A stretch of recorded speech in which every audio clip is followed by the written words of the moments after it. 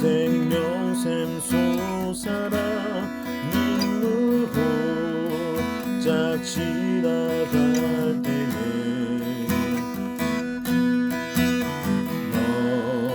너잖아 열매 맺히고 웃음소리 넘쳐나리라. 이곳에 생명샘 솟아나 생명샘 솟아라 눈물 고짝 지나갈 때에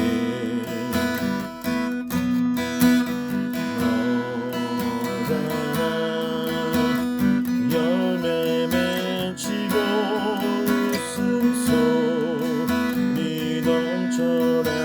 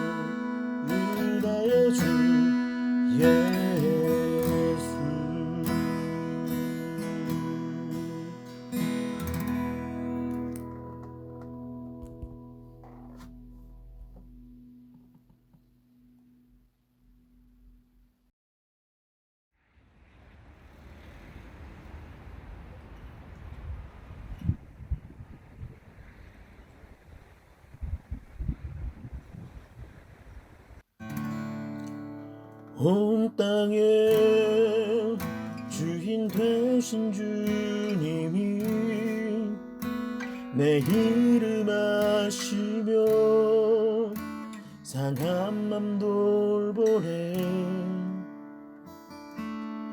어둠을 밝히시는 새벽별 방황하는 내 맘 주의 길 비추시네. 나로 인함이 아닌 주가 행하신 일로 나의 행함이 아닌 오직 주로 인하여 나는 오늘 피었다 지는 이름 없는 꽃과 같네. 바다에 있는 파도 안개와 같지만 주는 나를 붙드시고 부르짖음 들으시며 날 귀하다시네. 주님은 나의 죄를 보시고 사랑의 눈으로 날 일으키시네. 바다를 잠잠하게 하시듯 내 영혼의 폭풍 오욕해 하시네. 나로 인함이 아닌 주가 행하신 일로 나의 행함이 아닌 오직 주로 인하여 나는 너를 피었다 지는 이름 없는 꽃과 같네. 바다에 있는 파도 안개와 같지만 주는 나를 붙드시고 부르짖음 들으시며 날 귀하다시네. 나는 오늘 피었다 지는 이름 없는 꽃과 같네. 바다에 있는 파도 안개와 같지만 주는 나를 붙드시고 부르짖음 들으시며 날 귀하다시네. 나 오직 주의 것, 나 오직 주의 것, 나 오직 주의 것, 나 오직 주의 것, 나 오직 주의 것, 나 오직 주의 것. 나는 오늘 피었다 지는 이름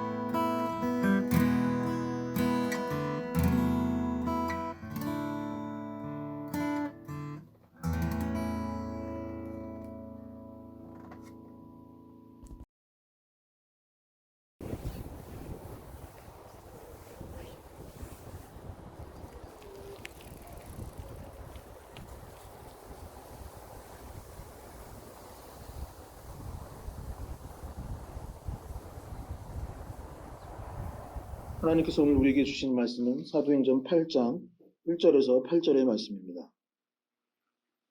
사울은 그가 죽임 당함을 마땅히 여기더라. 그날에 예루살렘에 있는 교회에 큰 박해가 있어 사도 외에는 다 유대와 사마리아 모든 땅으로 흩어지니라. 경건한 사람들이 스데반을 장사하고 위하여 크게 울더라. 사울이 교회를 잔멸할세 각 집에 들어가 남녀를 끌어다가 옥에 넘기니라.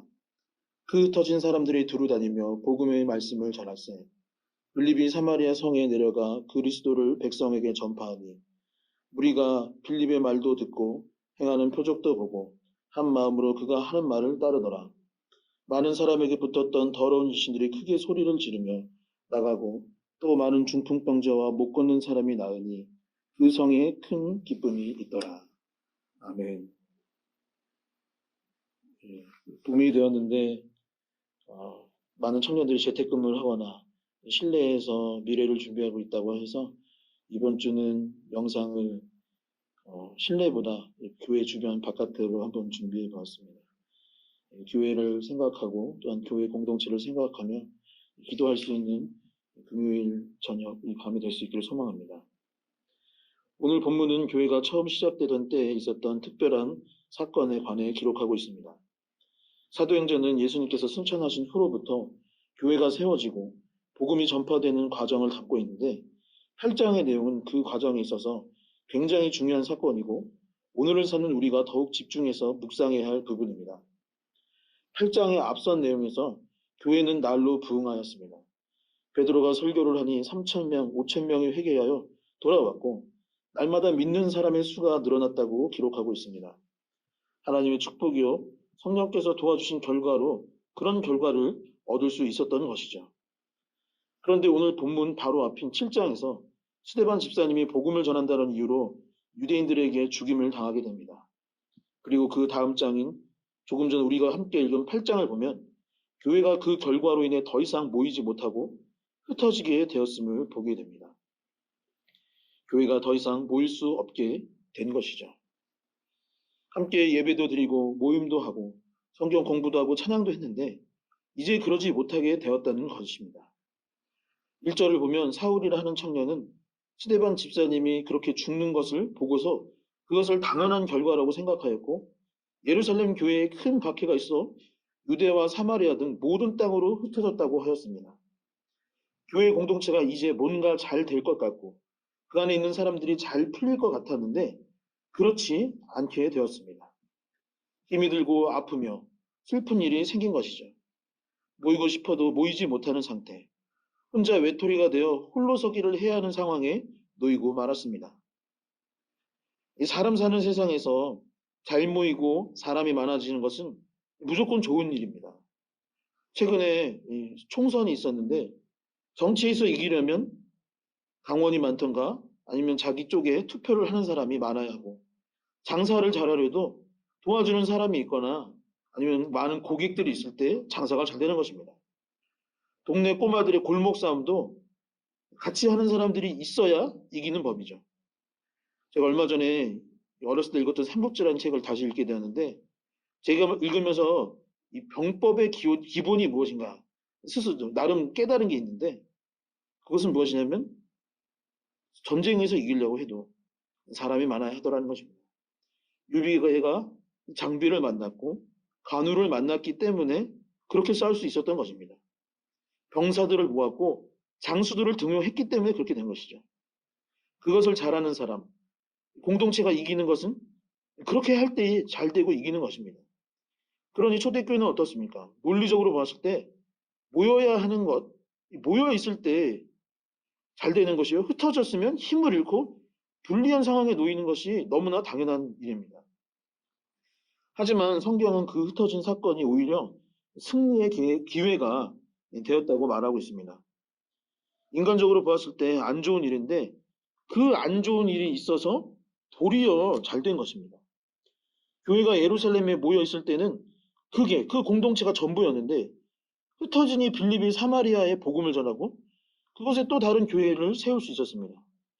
8절을 한번 보십시오. 그 결과 사마리아 성에 기쁨이 있었다고 하였습니다. 예루살렘에 있는 그 기쁨, 예루살렘 교회의 기쁨이 사마리아로 이어졌습니다. 조금 지나서는 선교의 중심지가인 안디옥 교회가 세워졌습니다. 복음서 이후에 있는 신약 성경의 제목들은 교회의 이름들을 주로 따는데 교회가 흩어져서 로마 교회가 생겼고 고린도 교회가 생겼으며 에베소, 데살로니가, 갈라디아, 빌립보 교회가 세워질 수 있었습니다. 그리고 그 시야 출발이라 할 수 있었던 예루살렘 교회는 더욱 부흥하여 모든 교회의 중심이 될 수 있었습니다.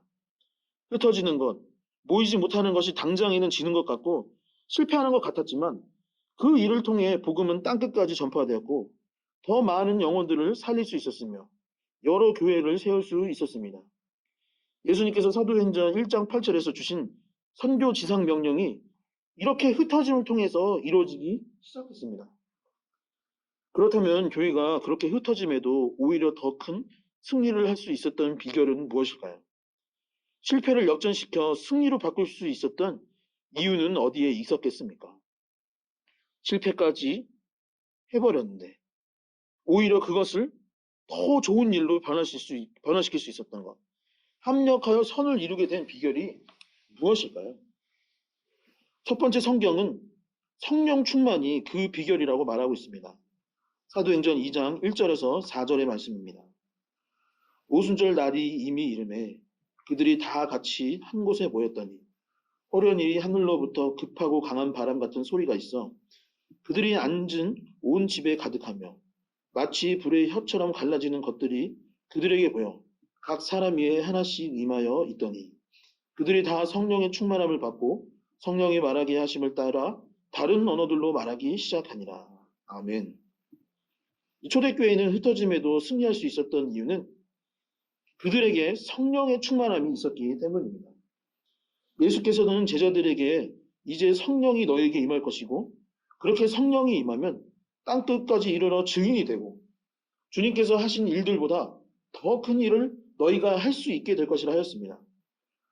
주님이 승천하신 이후에 제자들은 너무나 좌절하지 않을 수 없었을 거예요. 구원자요 자신들을 가르쳐 주시고 돌봐주신 주님이 없으니 말입니다. 하지만 그들은 마가의 다락방에 모여 기도하였고 그 가운데 성령 강림의 역사가 일어나게 됩니다. 그리고 그 다음 구절에 복음을 전하니 수천 명이 회개하였고 그 다음 장인 3장에서 성전 미문에 나면서부터 걷지 못하던 자를 일으켜 세울 수 있었습니다. 은과 금은 내게 없지만 나사렛 예수의 이름으로 일어나 걸으라 하니 그가 나음을 얻고 걷게 될 수 있었던 것이죠. 결국 교회와 그리스도인의 승리의 비결은 내 힘과 능력이 아닌 성령을 통해 이루어지는 것입니다. 사랑하는 내 청년 교구 여러분, 성령 충만하기를 축원합니다. 성한 교회와 우리 청년 교구 가운데 그런 주님의 역사가 일어나게 될 줄 믿습니다. 두 번째 성경은 사랑이 그 비결이라고 말씀하고 있습니다. 사도행전 2장 44절에서 47절의 말씀입니다. 믿는 사람이 다 함께 있어 모든 물건을 서로 통용하고 또 재산과 소유를 팔아 각 사람의 필요를 따라 나눠주며 날마다 마음을 같이하여 성전에 모이기에 힘쓰고 집에서 떡을 떼며 기쁨과 순전한 마음으로 음식을 먹고 하나님을 찬미하며 또 온 백성에게 칭송을 받으니 주께서 구원받는 사람을 날마다 더하게 하시니라. 아멘. 여러분들이 교회에 출석하게 된 여러 이유가 있을 것입니다. 처음에는 옆집에 사는 아무개 같이 가보자고 해서, 주변의 동료나 친구가 한번 가보자고 해서, 아니면 교회에 행사가 있다고 해서 어릴 때는 뭘 준다고 하니 가기도 했을 것입니다. 처음 이후에 어찌 되었건 계속 다니게 되는 교회, 그리고 신앙을 자라나게 하는 교회는 공통적으로 그 안에 사랑이 있습니다. 같이 모임을 하며 대화를 하고 밥도 먹고 어려움에 있으면 중보기도를 하고 실제로 실질적인 것을 돕기도 합니다.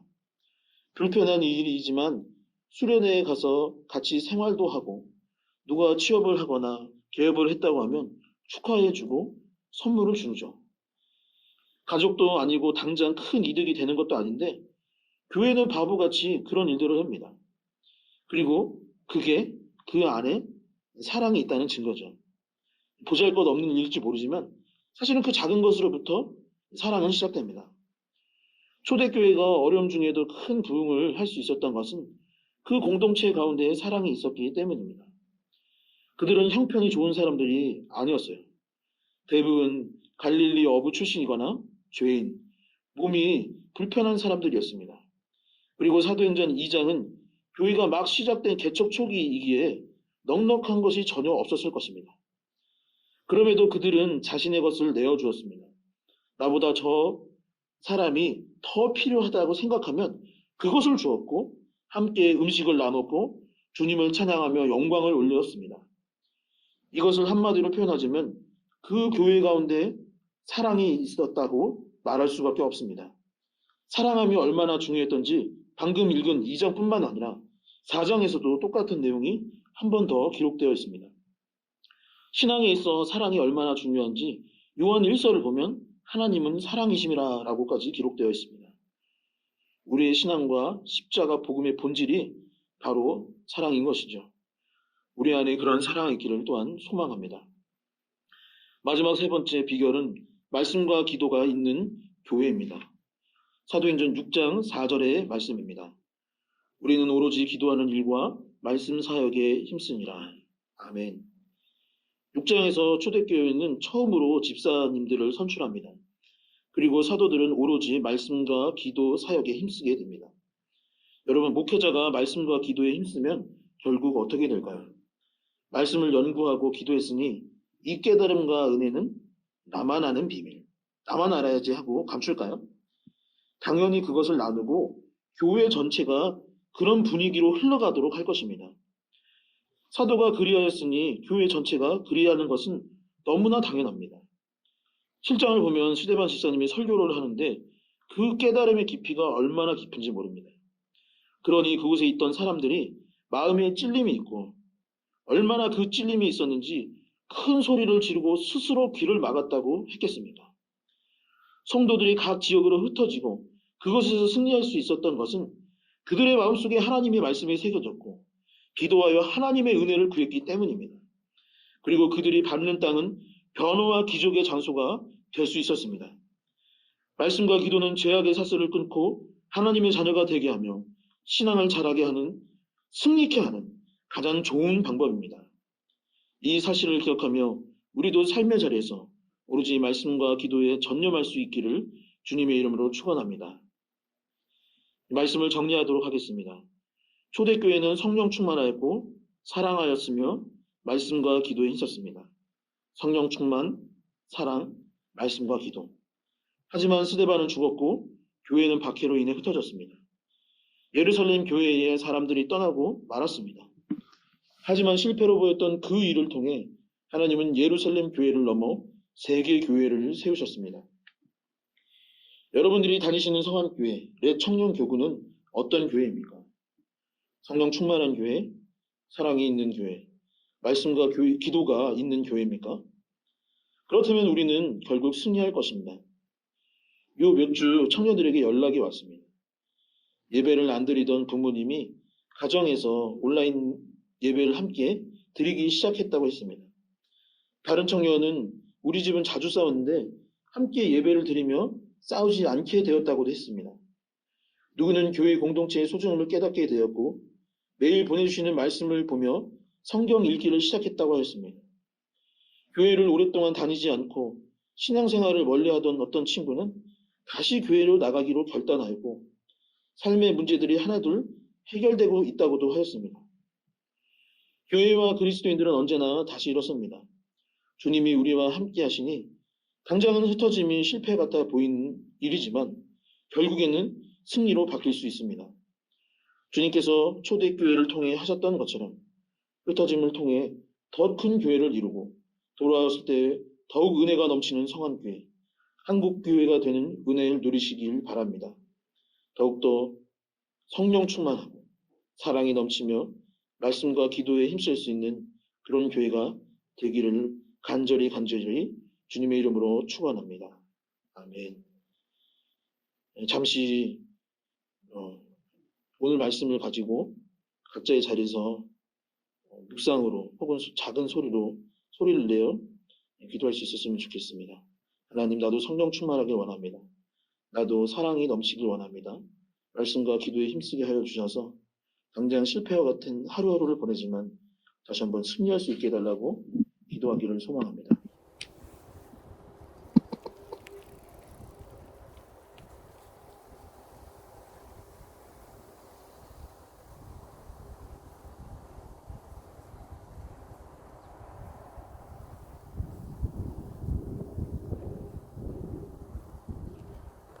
하나님 감사합니다. 우리를 이곳으로 불러주시고 하나님의 자녀로 삼아주시니 감사합니다. 아버지, 오늘 말씀을 통해 우리가 비록 흩어져 있지만 그것을 통해 언젠가 다시 승리하여 주신다라는 말씀을 배웠습니다. 아버지, 우리를 성령 충만하게 하여 주시옵소서.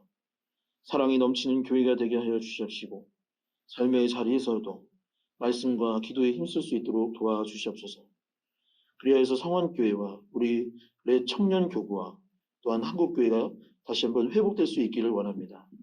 주님께서 그러한 은혜를 우리에게 허락해 줄 줄 믿으며 예수님의 이름으로 기도드립니다.